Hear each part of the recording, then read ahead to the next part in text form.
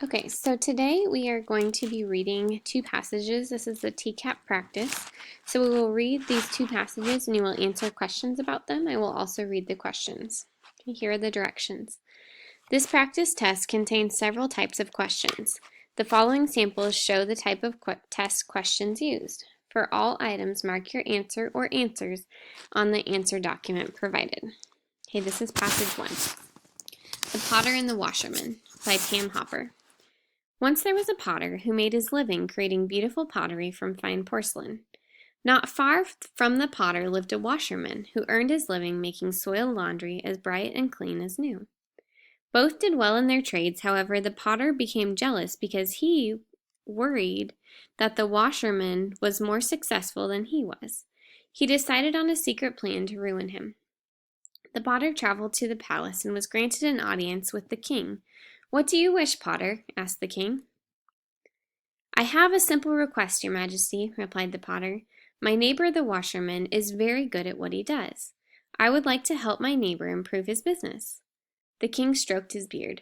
"Why should the washerman's business be any concern of you?" he asked. The potter cleared his throat nervously and said, "Well, he is my neighbor, so I naturally desire what is best for him." The king looked intently at the potter. "What did you have in mind, Potter?" "A challenge, your highness. I propose that my neighbor wash one of your majesty's esteemed elephants until it is spotless clean. To successfully complete a challenge like that would increase his business 100-fold, I am certain." Having revealed his plan, the potter's heart hammered so loudly he thought all would hear it. He hoped no one would guess the secret plan of his, that the washerman's failure to complete such an impossible challenge would ruin his business forever. "I will consider your request," said the king. A few days later, the potterman was summoned before the king. "I have just spoken with the washerman," the king said, "and he is surprised by your idea for his well-being, or by your concern for his well-being. He is also troubled by one difficulty with your idea. But knowing you are an accomplished potter, he thought you would be able to help him." "I help the washerman ruin himself?" This was better than the potter had anticipated. "I am flattered by the washerman's request, your majesty. As you know," continued the king, "in order to clean the soiled article, the washerman puts it into a large porcelain basin with water and soap. The concern of the washerman is finding a porcelain basin large enough to wash an elephant. But then he remembers your exceptional talent as a potter, and he suggests that you create such a container." This was terrible.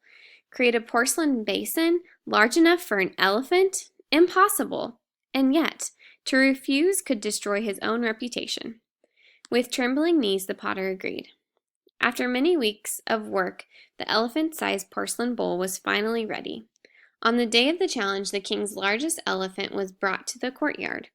The basin was carefully unloaded, and the wagon was filled with water and soap.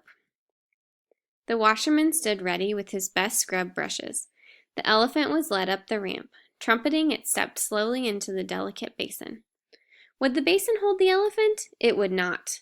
With a crack, the porcelain basin shattered into 1,000 pieces, sending a foamy river from the palace courtyard into the town below. All the people in the courtyard held their breath. What would the king say? The king smiled gently at the potter. "My elephant is waiting to be bathed, and the washerman waits to prove his ability to wash him spotlessly clean. Would you care to go home and create another basin so the washerman can do this?" The potter gave great thought to his options and decided he only had one choice. He quickly left the palace courtyard and was never seen again. As for the washerman, his wisdom so impressed the king that he became one of the most trusted advisors in the royal court. Okay, this is the second passage. It's called "The Royal Artist and the Clever King," retold by Howard Schwartz and Barbara Rush. Once a very rich king ordered his subjects to build a new palace. But when the palace was finished, he wanted the finest artist in all the land to paint beautiful pictures on its walls. But the king did not know which artist was the best. What did he do? He called forth 2 of the most famous artists in all of the land, and he bade each artist to paint one wall of a room in the palace. Between the artists, he hung a dark curtain so that neither one could see what the other was doing. To each of the artists he said, "You have 3 months in which to paint a beautiful picture on the wall.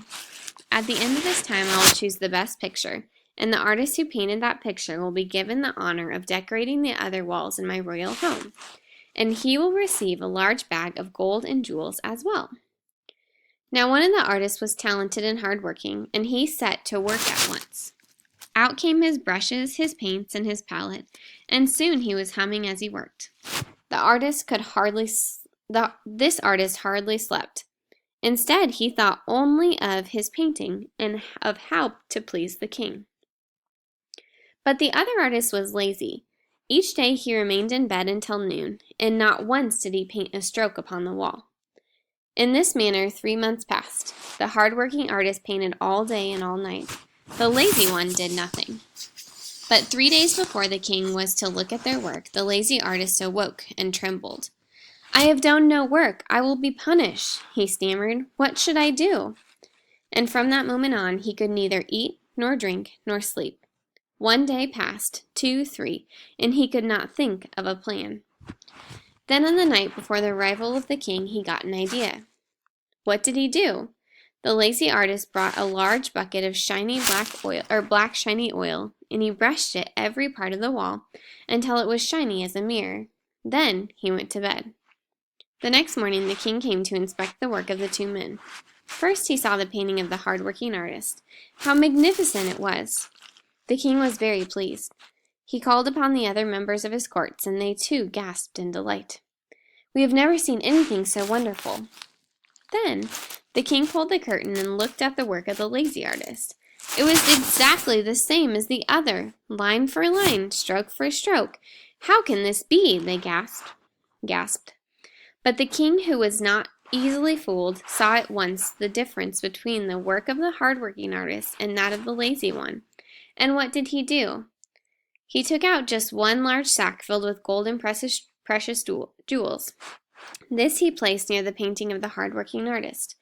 At once all those present saw the same bag of gold appear by the other wall, beside the lazy man's painting, and they realized it was only a reflection. The king declared, "Each of you shall get the payment you deserve. Now come forward, and each of you take the reward you find beside your painting." And they did. Okay, so after reading those 2 passages, or listening to them, we will answer the next 11 questions. I want you to circle them on here on your paper, but I want you to also color in the bubble to help you. Okay, if you need to go back to the text, pause the story and go back into the passage to find the answers. Every answer you should look for within the story. In passage 1, how is the potter different in the first part of the story compared to how he is in the second part of the story? A. In the first part of the story, the potter wants to help his neighbor, but in the second part of the story, he no longer is able to. B. In the first part of the story, the potter is selfish, but in the second part of the story, he no longer is. C. In the first part of the story, the potter wants to help the king, but in the second part of the story, he no longer does. Or D. In the first part of the story, the potter wants to hurt his neighbor, but in the second part of the story, he no longer thinks this is possible. Part B. You're going to select 2 for this one. Select 2 sentences from the passage that supports the correct response in Part A. A. He decided on a secret plan to ruin him. B. I have a simple request, Your Majesty, replied the potter. C. I will consider your request, said the king. D. After many weeks of work, the elephant-sized porcelain bowl was finally ready. E. With a crack, the porcelain basin shattered into 1,000 pieces, sending a foamy river from the palace courtyard into the town below. Or F. The potter gave great thought to his options and decided he only had one choice. He quickly left the palace courtyard and was never seen again. Okay, make sure you choose 2 for that. Number 2. Number 3. In passage 1, so the first passage, what word best helps the reader understand the meaning of the word porcelain in paragraph 1? Okay, so go back to paragraph 1 and look at the word porcelain. A. Living. B. Pottery. C. Soiled. Or D. Business. Number 4. How does the narrator's statement, okay, the narrator is the person telling the story, how does the narrator's statement about the potter never being seen again help reveal the theme of passage 1? A. It shows that the potter is willing to start over. B. It shows that the potter will find more work somewhere else. C. It shows that the potter must rethink his plan to hurt the washerman.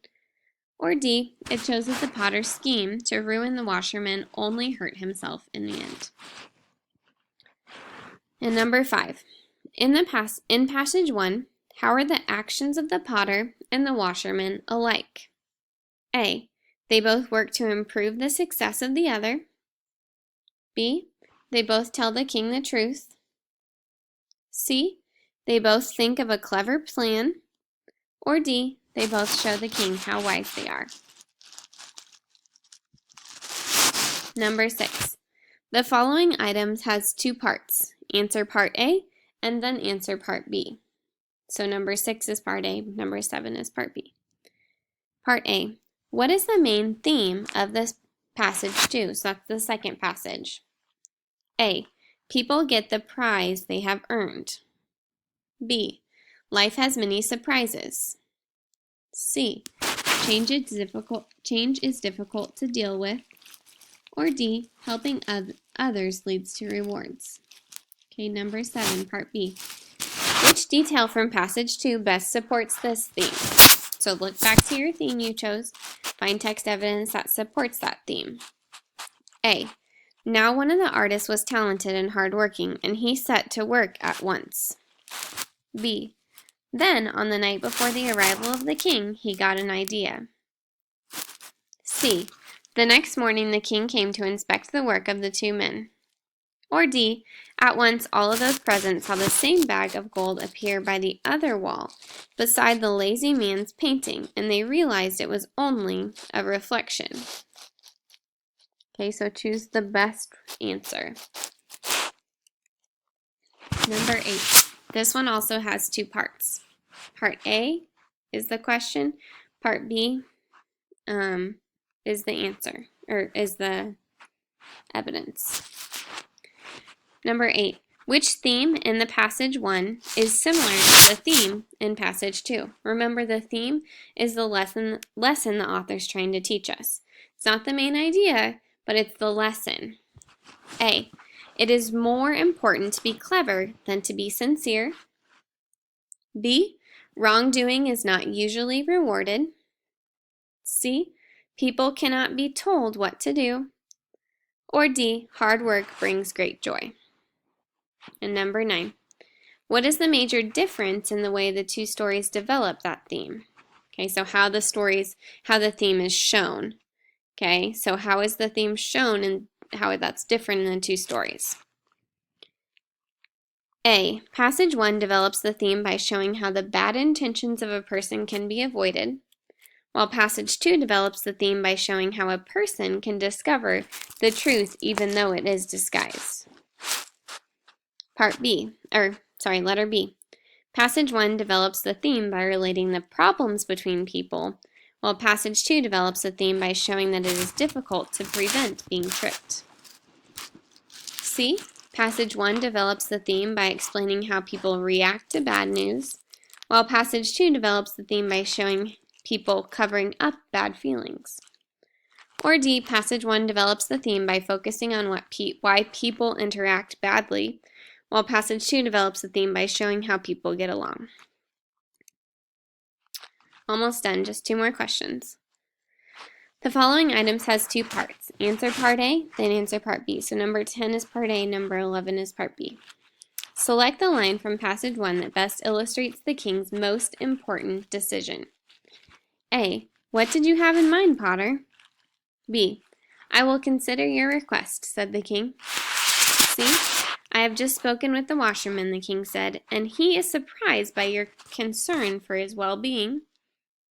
Or D. Would you care to go home and create another basin so the washerman can do this?